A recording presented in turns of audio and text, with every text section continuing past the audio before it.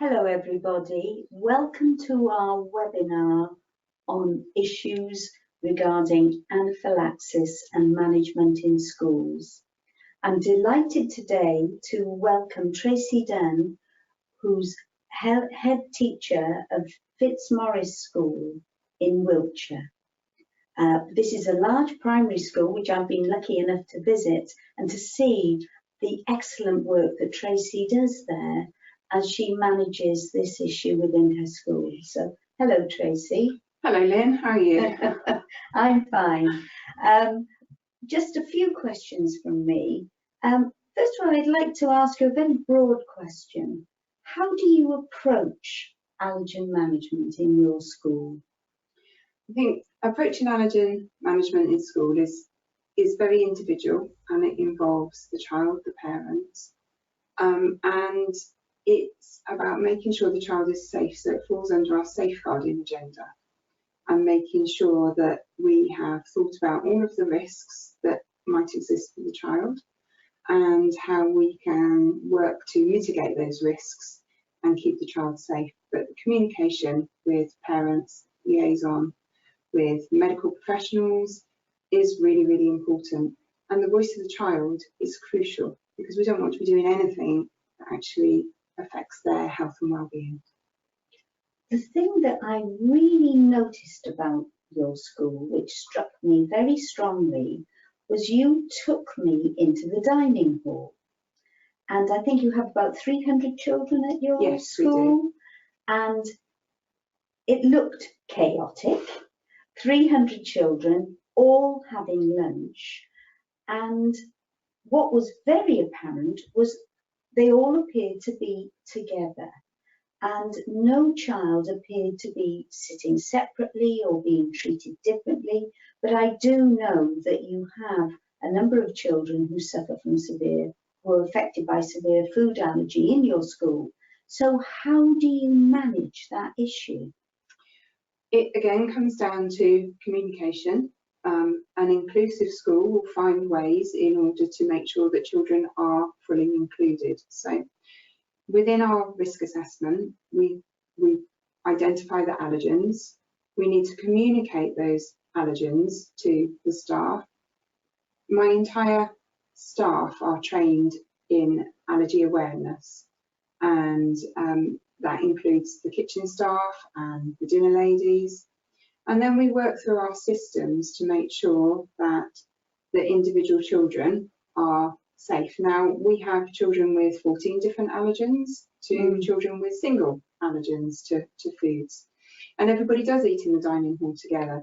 So it's important that we can recognise those children by sight, and we know who they are. They do have places where they sit, which are set places, but they sit with their friends.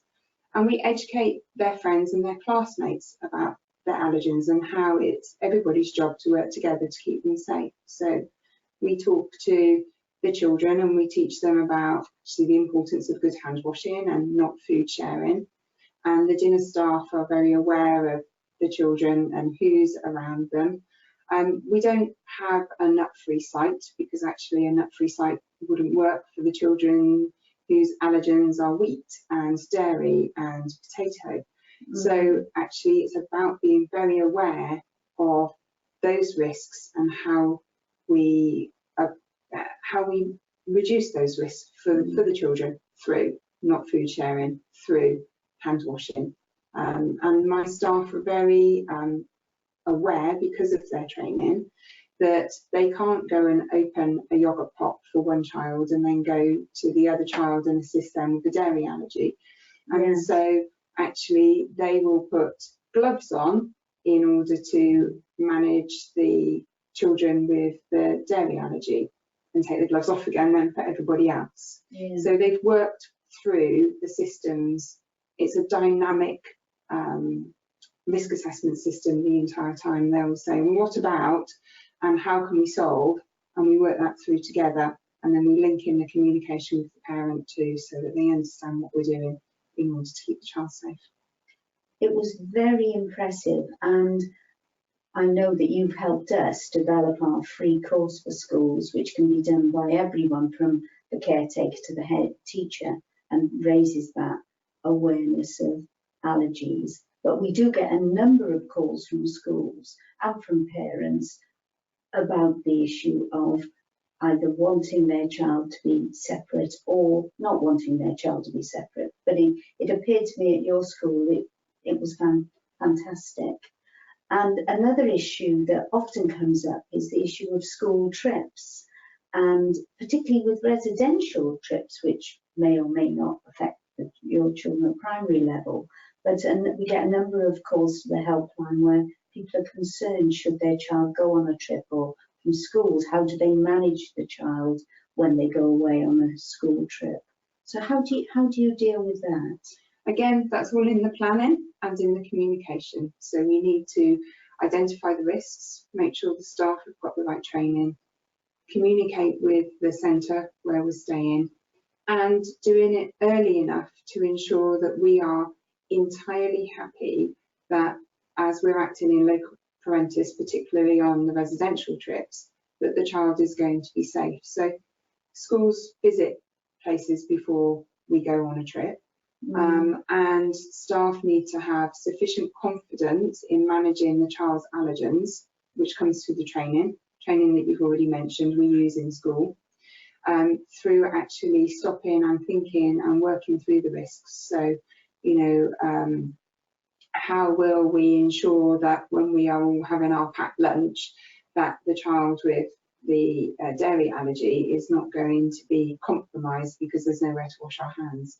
Yes. Is it in that situation appropriate that everybody has cheese sandwiches, or is that an occasion that we need to mitigate the risk by saying, actually, we won't have cheese sandwiches today, but we will have ham sandwiches, or we'll have hummus. It depends.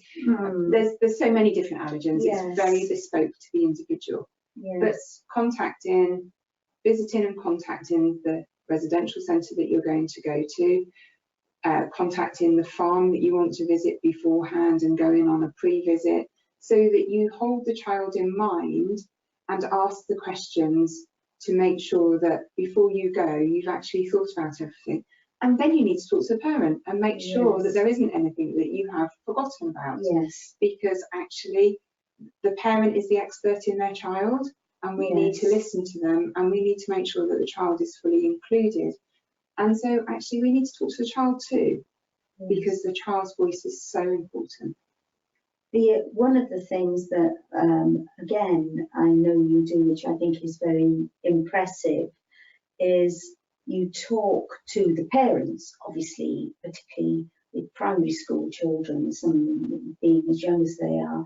That's absolutely vital. But what also impressed me was your approach to talking to the individual children in the school, not only those with allergies, but also children who haven't got allergies, but they're playing and being with the children who have to be so careful. So can you tell us a little bit about how you manage that within the school? So we support the anaphylaxis campaign. So each year, I don my orange wig and I publicise to parents the reasons why I'm doing it. So I will always hold an assembly during that week, and we have a focus on allergy during that week. And so we take the opportunity to go back over with the children about actually what allergies are and how we can support one another. And in addition to the anaphylaxis campaign, there are a number of other good teaching resources out there, and we use those too to do that teaching with the children, and so that they learn what an allergen is and how they can help their friends.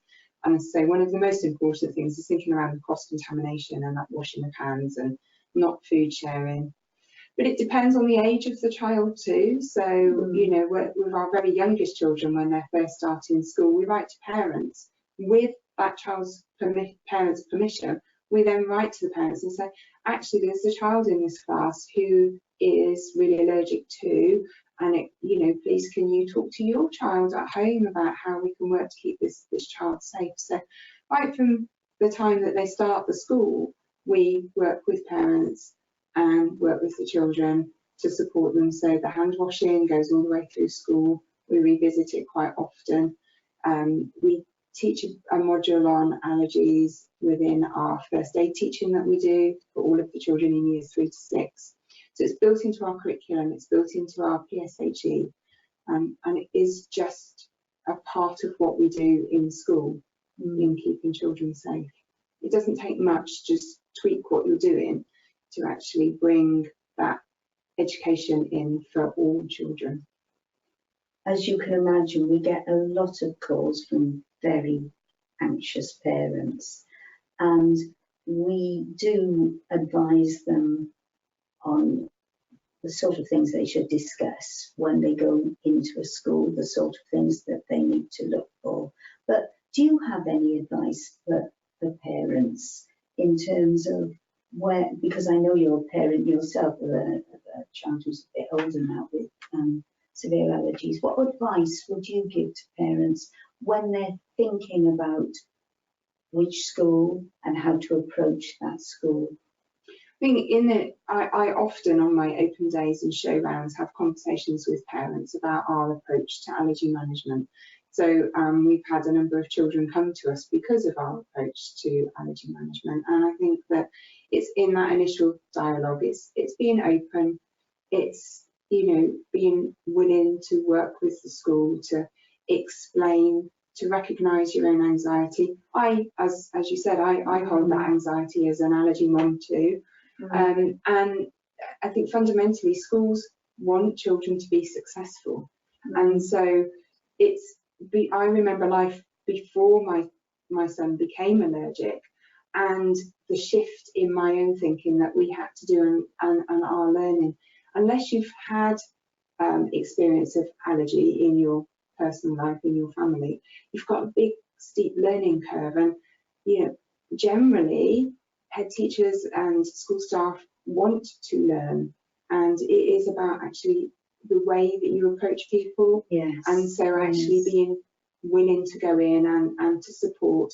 I think one of the really great things that I know you've got on the Making Schools Safer page on the website is the risk assessment for anaphylaxis that I've written. Yes. And I would recommend any parent taking that into school and saying, this is a resource that the anaphylaxis campaign have. It's been written by a head teacher of a school. Is it something that they've seen before? Is it, can we have a conversation around this? Because it's more than anything else, it's a framework for a conversation. It helps us to stop and think about all of the things that we wouldn't necessarily think of that in keeping a child safe with a food allergy. So musical instruments, actually, we don't want to be sharing those, because blurry instruments that are being put in the mouth, it's that risk of cross-contamination. That's on the risk assessment form. Now, somebody that's never had an experience of an allergy might not actually think about that. So I think it just helps both school and parent have that conversation. Is there anything else, Tracey, that we haven't covered that you think is an important message to give to parents and perhaps more generally to people who work in schools around this whole issue? I think it's about partnership working, and it's about fundamentally we want children to be safe and happy. Parents want children to be safe and happy. Schools want exactly the same thing. And I think, sometimes things do go wrong, but we don't intend them to go wrong. And so it's actually how we approach that and how we work through. And that communication is so very much important. Just keep open lines of communication. I think that's a very key point. Thank you so much for having this conversation with me today. You've helped us enormously in developing the materials that we've now been able to make freely available to other schools. So thank you so much for your help. And having seen your school, I can say it certainly appears to work. So thank you, Tracey. Thank you, Lynn.